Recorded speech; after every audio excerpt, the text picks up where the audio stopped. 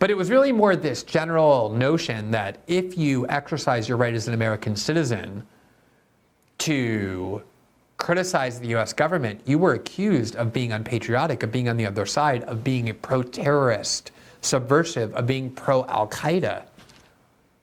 It was a binary framework that was imposed, and it was led by George W. Bush's speech 10 days after the 9/11 attack, when everybody was on his side for the most part, when the country united behind him, even though 8 months earlier, half the country thought he had stolen the election, that he was an idiot.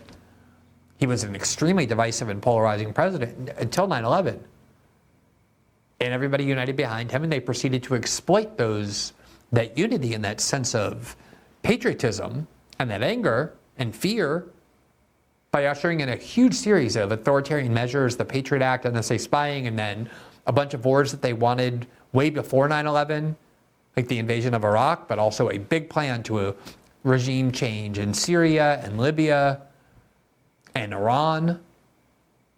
And what bothered me more than, again, any specific policy was the fact that you're not supposed to be called a terrorist lover or unpatriotic in the United States if you question your government and its wars. That is a foundational right of being an American. What made Woodrow Wilson such an evil and pernicious president was that he enacted a law in 1917 called the Espionage Act that was designed to criminalize dissent, opponents to his policy of entering World War I and involving the United States in that war. Now, maybe you thought that was a good policy. That's fine. A lot of people do. But people who didn't got imprisoned as spies. And that law, the Espionage Act of 1917, haunts us to today. It's the law that is used to try and imprison Edward Snowden. It's the law that is being used to try and extradite the imprisoned Julian Assange. It's the law that's being used to try and prosecute President Trump. It's the law that has been used against many whistleblowers and sources under the Obama administration. That's what happens when you allow a binary framework to be introduced where you're told that you cannot dissent, question your government, oppose its wars without being a terrorist lover, when a binary framework is imposed. We are right back to that. Right back to it. Over the last 5 weeks, scores of Americans have been fired from their jobs. Journalists and people who work in the corporate world, in academia. Nobody has been fired, not one person, for expressing support for the Biden administration's involvement in this war on the side of Israel. Nobody has been fired for being too extreme or excessive or violent in their expression of support for Israel, even though we have people running around saying, erase Gaza from the map, eradicate Gaza, flatten it. Those are genocidal statements. Not one person has lost their job for that. Every single person who has lost their job over the last 5 weeks for expressing their views on this war, every single one of them has been either critical of Israel, pro-Palestinian, or critical of the US government's decision to involve itself in this war on the side of Israel. That is the binary framework that I'm talking about. We have people who are being censored, including by acts of the state, banning pro-Palestinian groups on campus, exactly the climate that emerged after 9/11. Here is a tweet that went quite viral by a suddenly popular, fanatic little supporter of Israel named Dr. Eli David. And there's a lot of politicians that we've covered expressing this view. I just think this is so incredibly vivid about the mindset that has prevailed. There you see he has the world divided into two. That's a dichotomy, a binary framework. And he wrote, the world is now fully divided into good and evil. On which side are you? And on the side of good, the side of moral good, this of course is a very similar framework for what George Bush said in that quote. You have, of course, Israel at the top. Israel is the pinnacle of good, the representation of good. You have to pick your side, and there's no way to be a good person. There's no way to be on the side of good without fully supporting this foreign country called Israel. That's at the top, right there, the peak. And then you have the United States here, the UK here, Germany here.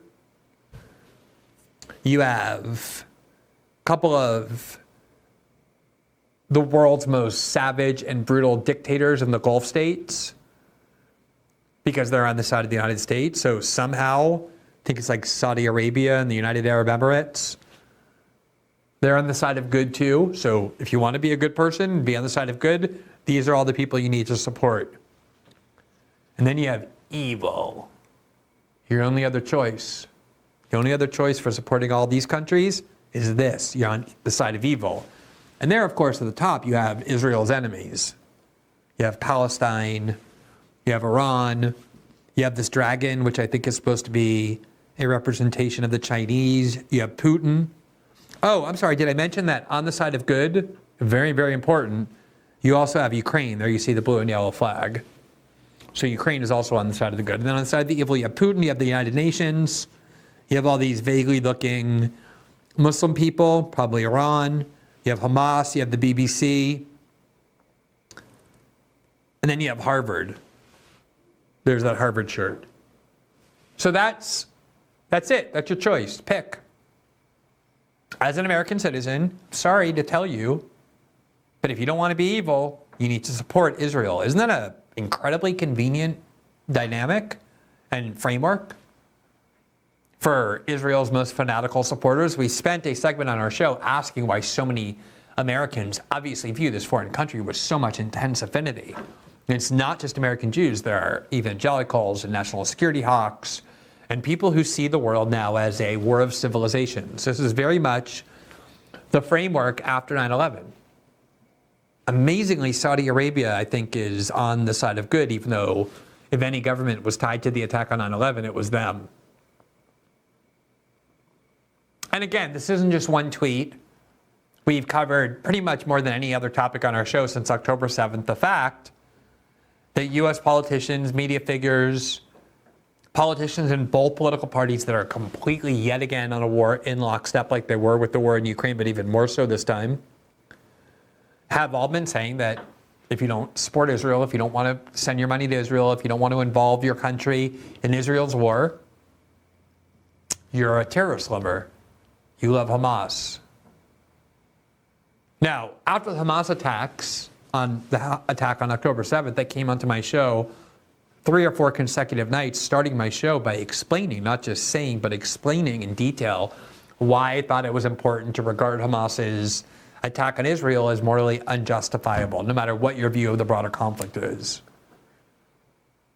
And yet I also believe that Israel's military response has been morally unjustifiable, and the United States should not be providing Israel with the bombs to drop on Gaza, in part because it's an immoral war to kill in excess of 10,000 people. You can think about it so many different ways. 5,000 children killed, 5,000 children in Gaza killed in the last month, 5 weeks. That is more than the number of American troops killed for the entire war in Iraq. 1 out of every 200 people in Gaza has lost their life in the last 5 weeks through Israeli bombing, through Israeli ground invasion. 1 out of every 200, or through disease and other health issues that have come from blockading a country, not letting in water and food and medication and fuel except in the tiniest percentages necessary for survival. 1 out of every 200 people in Gaza has lost their life in the last 5 weeks. Now, I refuse to be told that if I don't support my government's use of my resources to fuel that war, while Israeli officials are saying things like, we want ethnic cleansing in Gaza, we believe Gaza is ours, we believe the West Bank is ours. It's not just about killing or destroying Hamas. It's about taking that land that doesn't belong to them and annexing it and making it part of Greater Israel, which is what the explicit position of not just the Netanyahu government, but Netanyahu himself is.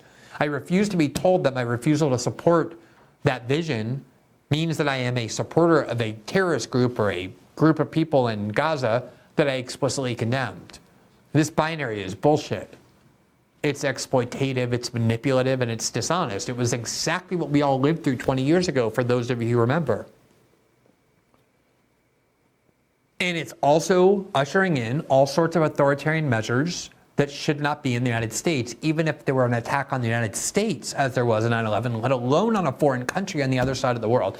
This is the thing I think I can't believe more than anything. Maybe I was naive. But when I heard all these people saying, you know what, I really regret so much of what we did after 9/11, when I was going on Fox News and hearing from all these hosts, you know what, you were right all along. We regret what we did.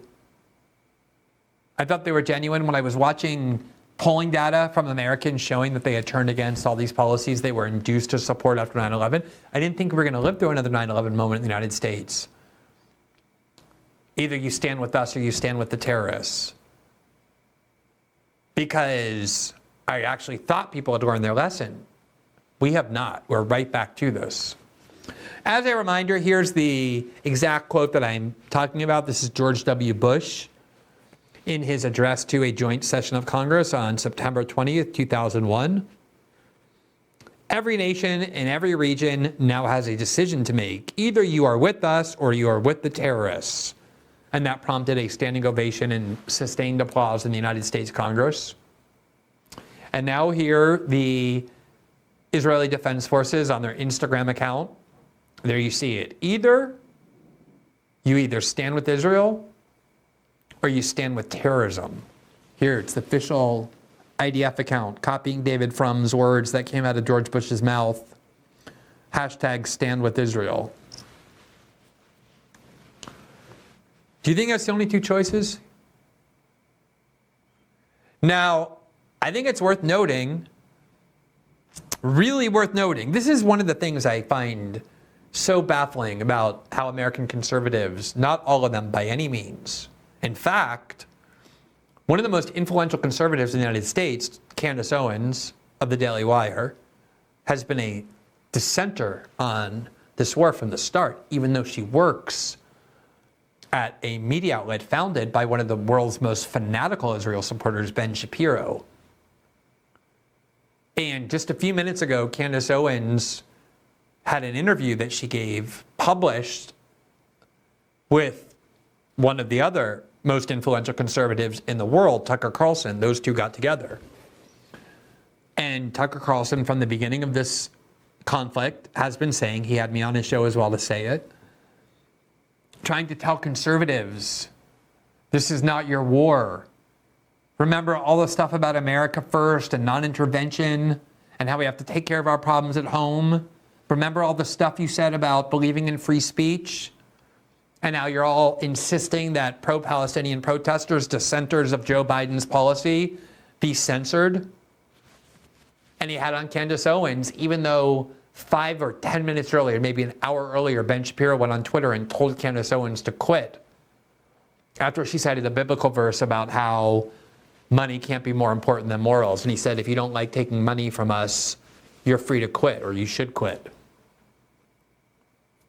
Because we're back to a conservative movement that, for all of its claims of how much they love debate, at least some of them don't actually want to tolerate debate, especially when it comes to this foreign country to which they have the greatest affinity.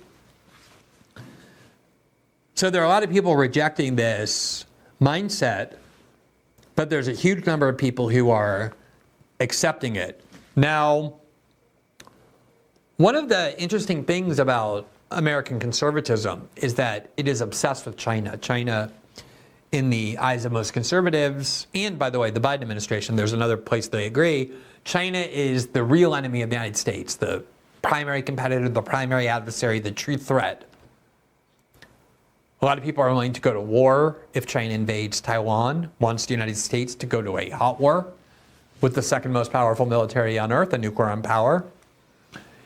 And yet, one of the things that has strengthened China more than anything is the resentment that they are able to exploit, that so much of the world has, about the fact that they perceive that the United States is the country that has gone around fueling wars, unjust wars, all over the world.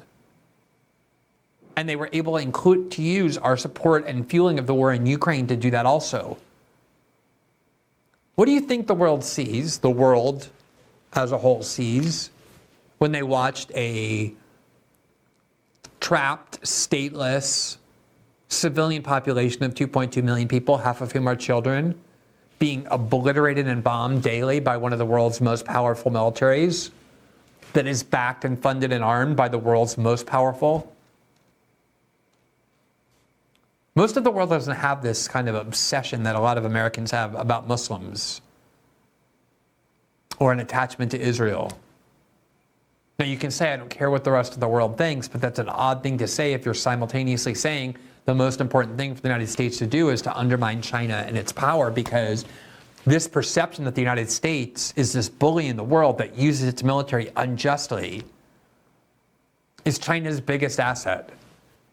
And if the United States really wants to tell huge numbers of countries all over the world that you're pro-Hamas, you're pro-terrorist because they don't want to see Gazans and babies being blown to bits every single day, day after day by the thousands, that seems like a poor strategy to me.